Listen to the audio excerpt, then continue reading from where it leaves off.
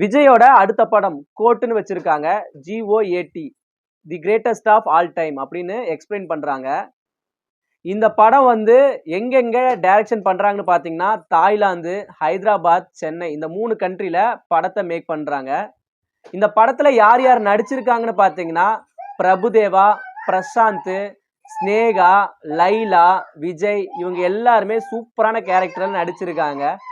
அது மட்டும் இல்லாம இந்த படத்துல விஜய் வந்து 19 வயசு கேரக்டர்ல ஒரு சின்ன பையனாவும் அந்த பையனுக்கு அப்பனாவும் டபுள் ரோல்ல நடிச்சிருக்காரு விஜய்.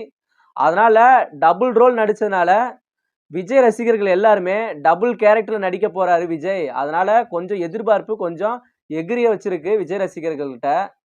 இந்த படத்துல விஜய்க்கு 19 வயசு கேரக்டர்னு சொன்னோம் பாத்தீங்களா, அந்த ரோலை நடிக்கிறதுக்காக விஜய் பாடி ஃபுல்லா 3D ஸ்கேன் எடுக்கிறதுக்காக லாஸ் ஏஞ்சலுக்கு போக போறாங்க. அது மட்டும் இல்லாம இந்த படம் வந்து ஒரு டைம் டிராவலை பேஸ் பண்ணி இருக்க போகுது. இந்த படம் வந்து ஒரு படத்தோட ரீமேக்னு சொல்லப்படுது. இந்த படத்துல யுவன் சங்கர் ராஜா, வெங்கட் பிரபு, அப்புறமேட்டு விஜய் இவங்க 3 பேர்த்தோட காம்பினேஷன் வேற லெவல்ல பட்டையை கிளப்பும். சொல்லவா வேணும்? அவங்களோட படம்லாம் பார்த்தீங்கன்னு வச்சுங்களேன், 3 பேரும் காம்பினேஷன் வந்து வேற லெவல்ல இருக்கும். வெங்கட் பிரபு மங்காத்தா ஹிட் கொடுத்தவர், அதனால அவரை பத்தி சொல்லவே வேண்டாம், வேற லெவல்ல இருக்கும் படம். யுவன் சங்கர் ராஜாவை பத்தி தெரியும், அவரோட பிஜிஎம்லாம் சூப்பரா இருக்கும், செம்ம அதிரடியா இருக்கும்.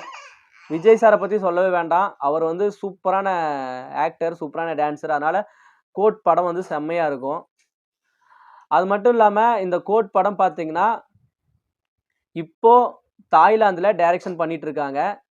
விஜய் வந்து இப்போ வந்து நெல்லையில ஒரு நிவாரண நிதிக்காக இங்க ஷூட்டிங்லாம் நிறுத்திட்டு, தாய்லாந்து ஷூட்டிங்லாம் நிறுத்திட்டு இப்போ தமிழ்நாடு வந்திருக்காரு.